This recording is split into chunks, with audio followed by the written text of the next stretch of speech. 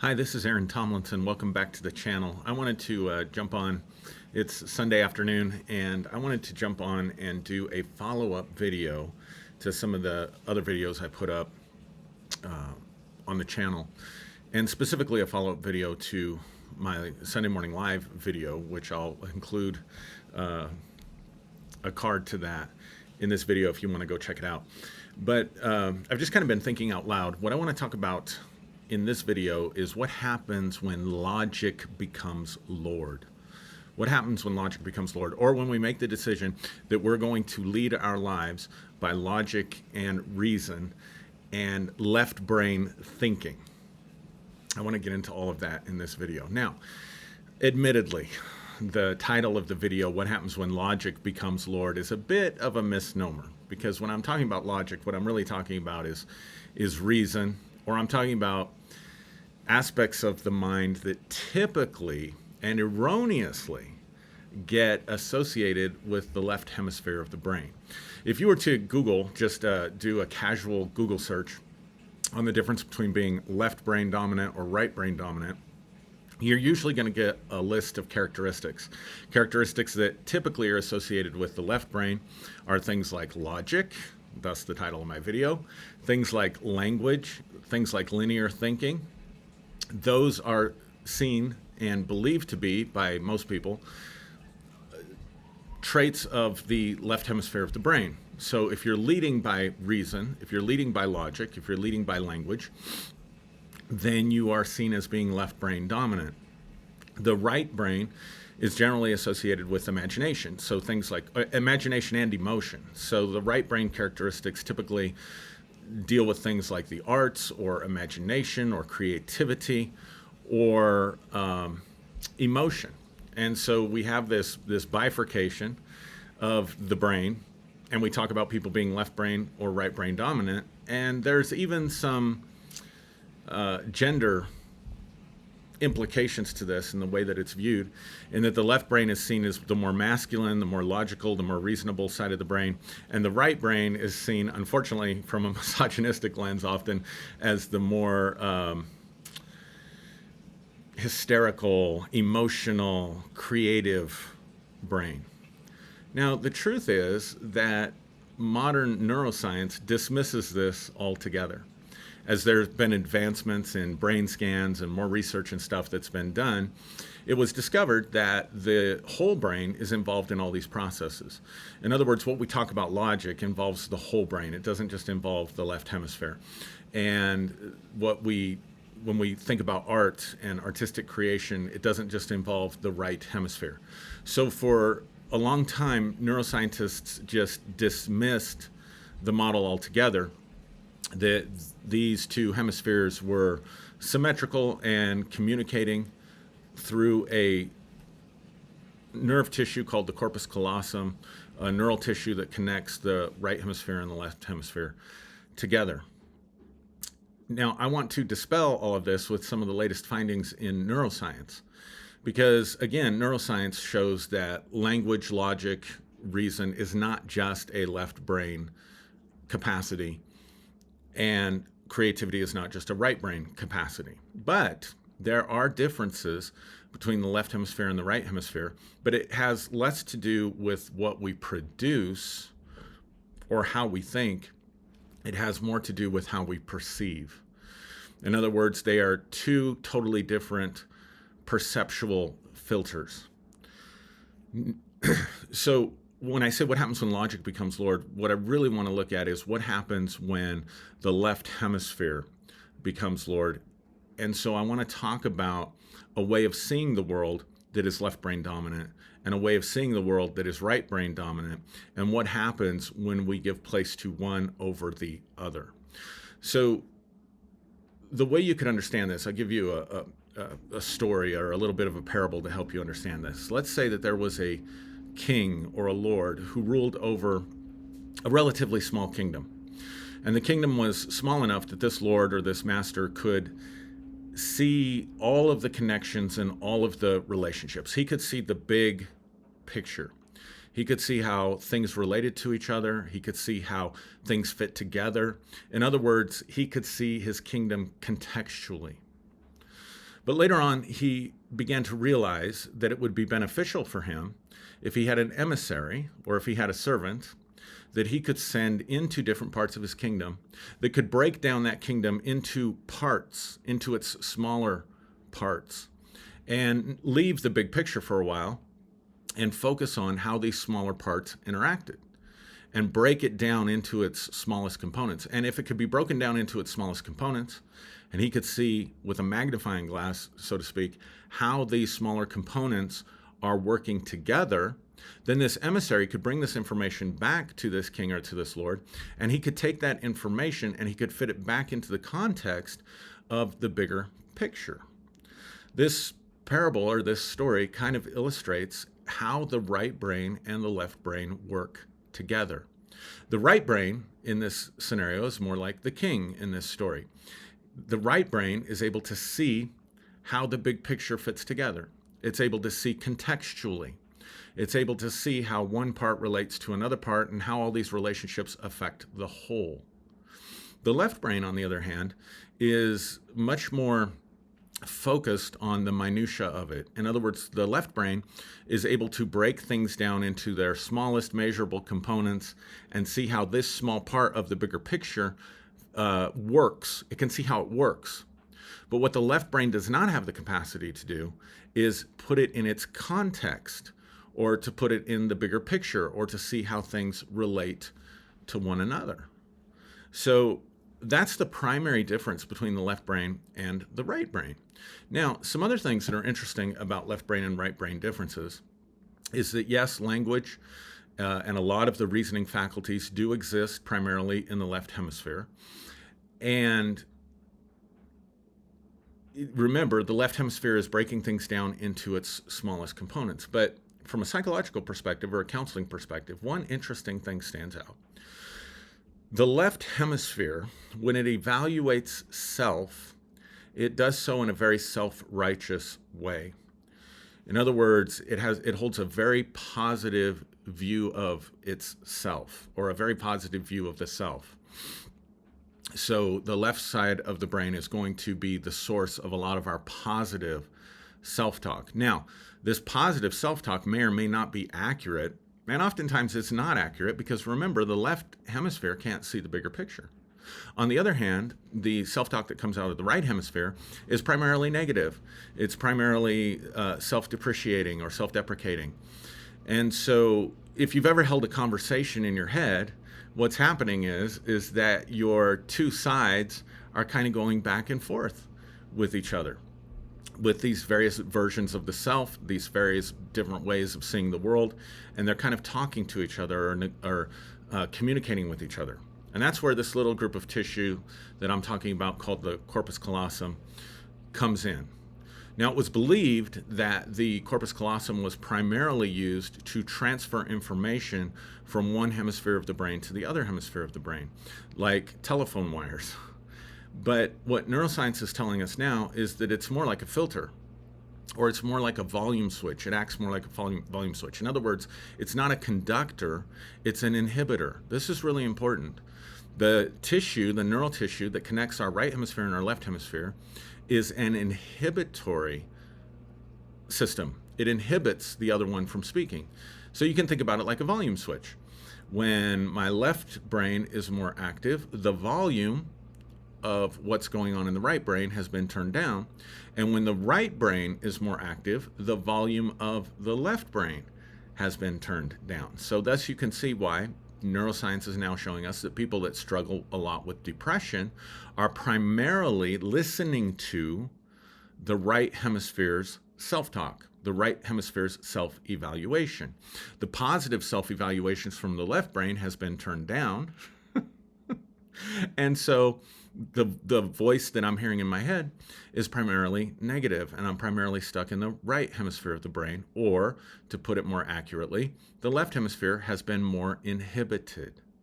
This also has to do with Anxiety as well, because the right hemisphere does have a lot to do with the image making faculty and remember relationships and how things work together.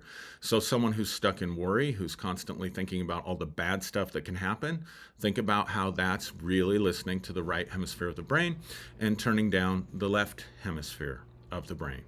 So that's what can happen when the right hemisphere becomes Lord, I guess you could say.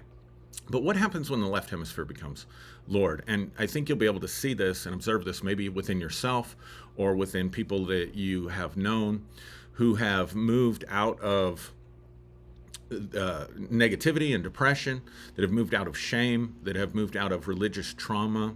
People who experience a lot of trauma oftentimes are stuck or listening more to the right hemisphere of the brain than the left hemisphere of the brain. So those are the negative aspects of the right hemisphere. But what happens, what can happen is we can make a shift. So I see this a lot with people who deconstruct from religion or deconstruct from their faith. Their faith was primarily being a right hemisphere dominant process or way of seeing the world, at least in my view.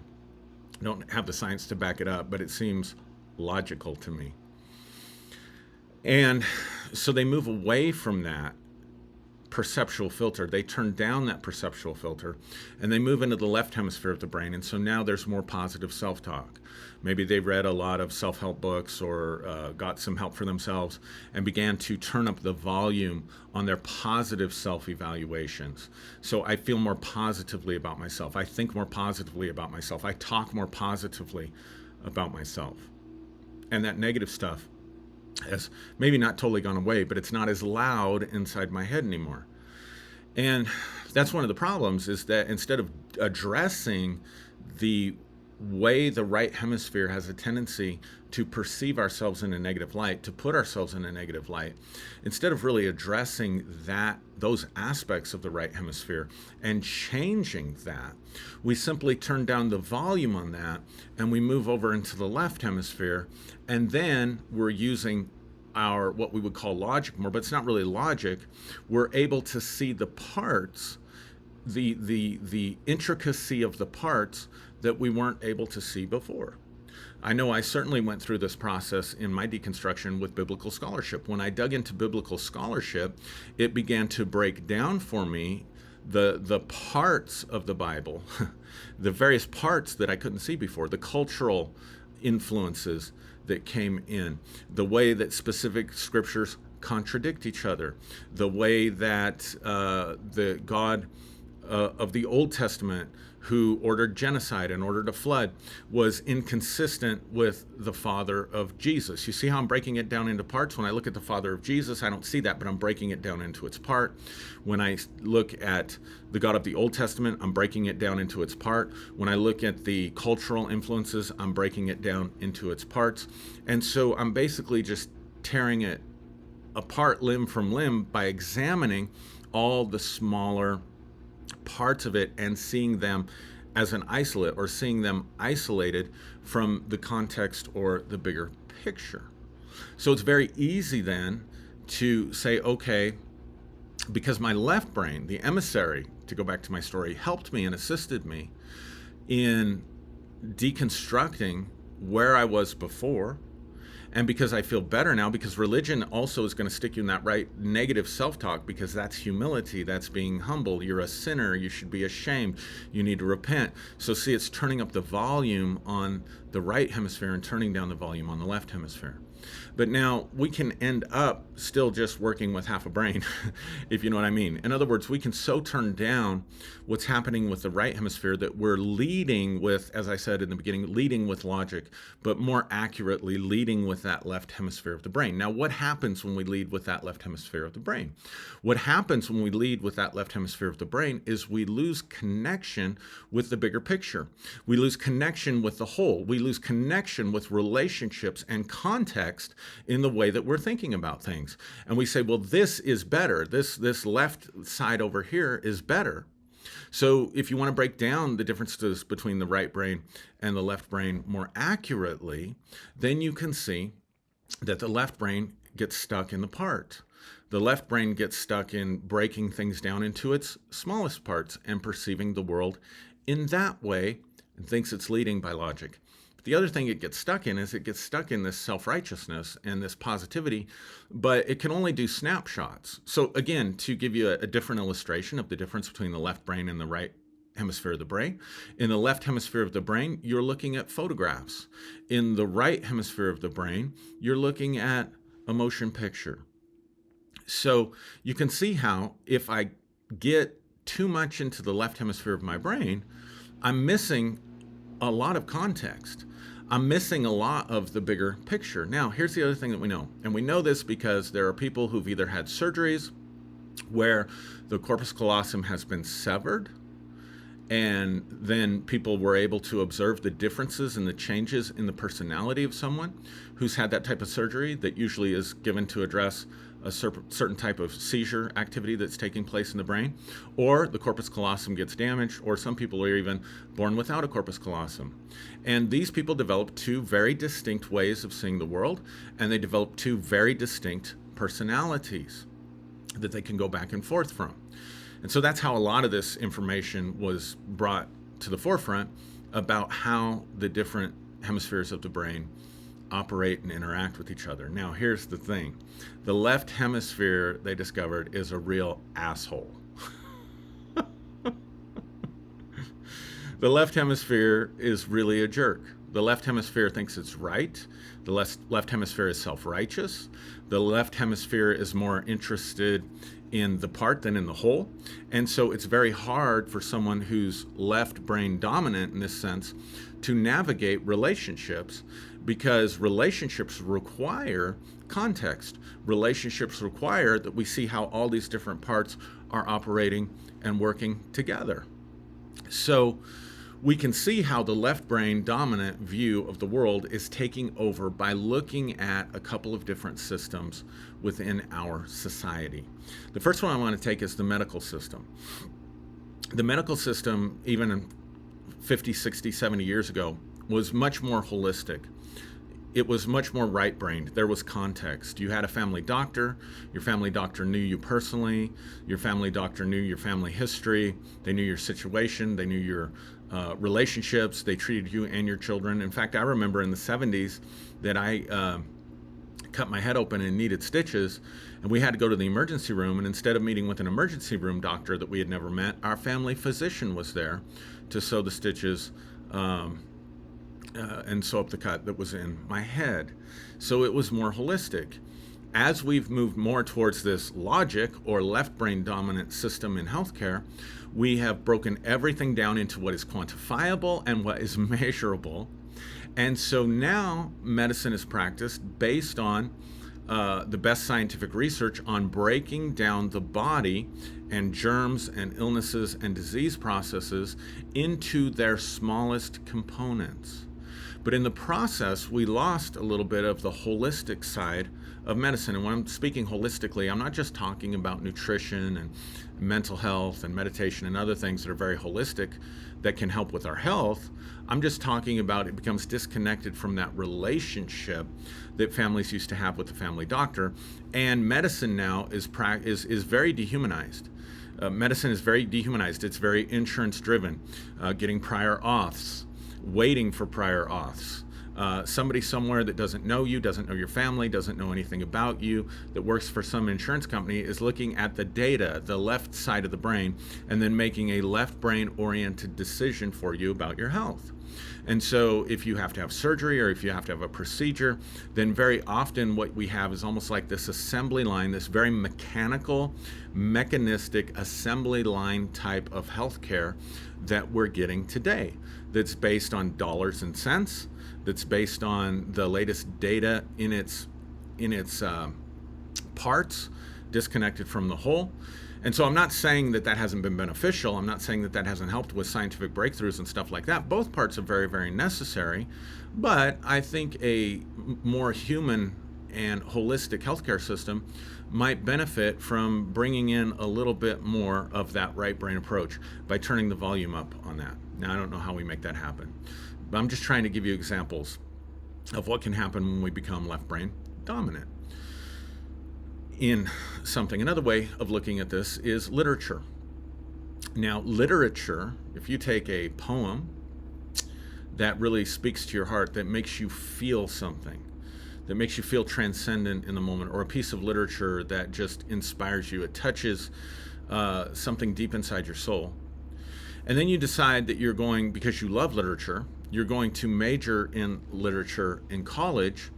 Then what happens in literature in college is that we begin to break it down from a scientific point of view. In other words, we begin to break down all the various different parts, the prose, the way it fits together, the structure of it, the mechanisms of it. And we begin to look at that piece of literature in a very scientific way. Now, what happens is if you have a piece of literature that inspires you and you go to college and you break it down in its very left brain sort of way, it almost takes away the experience. It almost ruins the experience for you. So this is my take on what happens, like especially when we're deconstructing, when we become so left brain dominant, because left brain helped us get out of some of the toxicity of the right brain approach to faith. And then we could say, okay, so now I'm going to become dependent on this left brain because it makes me think more positively. I'm going to become more dependent on this left brain because it helped me see all the various parts and the dysfunctions of what's going on in the system that I couldn't see from the other perspective.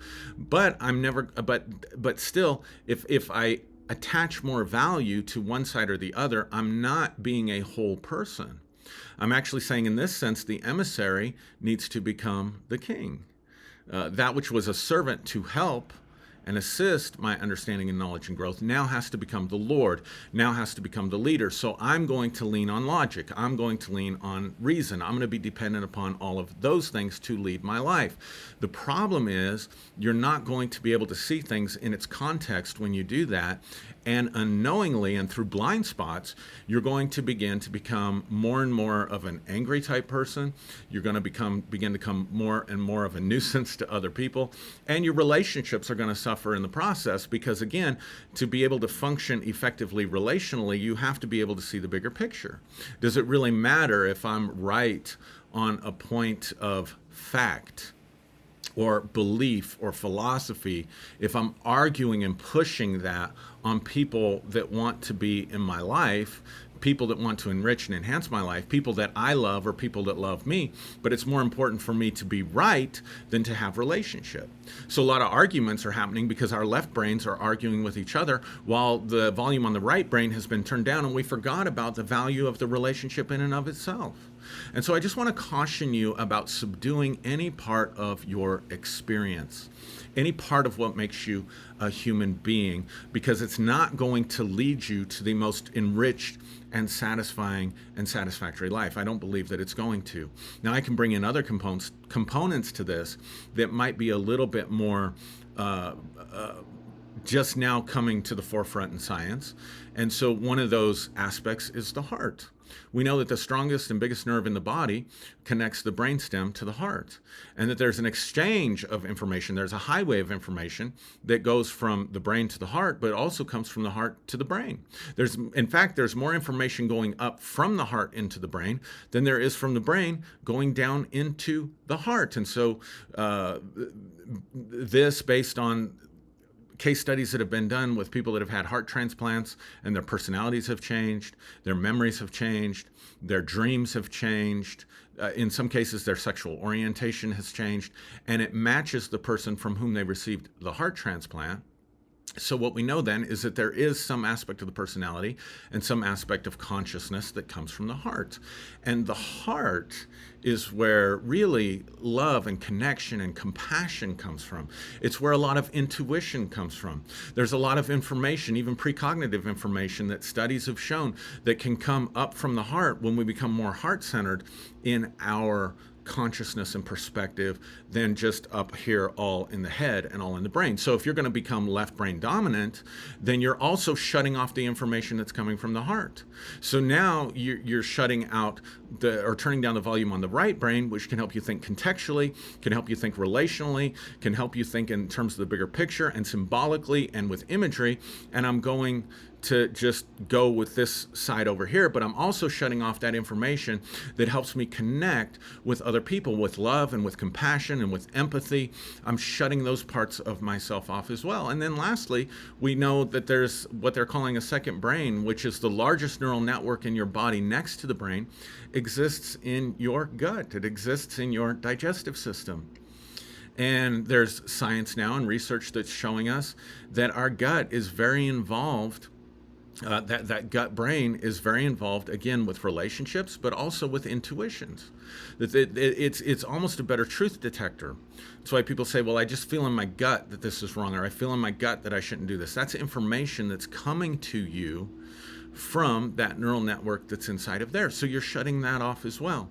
So I just want to encourage you, if you're going to go the scientific route, the materialistic route, the logical route, be careful that you don't shut yourself off to some of those things that really make us human, that you don't become so left-brained that you can no longer be inspired by a piece of poetry or a wonderful work of art or a beautiful sunset, that you can no longer see all the connections that are happening in your life and the way your actions are impacting outcomes, that you're not able to think contextually, that you're not able to think with empathy, that you're not able to value the other ways of knowing, like through intuition and through dreams and through gut feelings and stuff like that. So what I would advocate for is that we experience the whole spectrum of ourselves, that we experience the whole spectrum of our consciousness without attaching value judgments to one over the other. It's the same thing we did in Christianity. We had value judgments over emotional experiences. Well, now in this sort of scientific materialism that I see people embracing, we're valuing different functions of ourselves over the other, when in danger of shutting off these other things. So that's my thoughts on this. That's my appeal to this. Let me know your thoughts in the comments, and whatever time it is for you. Again, I hope that it's great. I hope you're well, and I will see you in the next episode.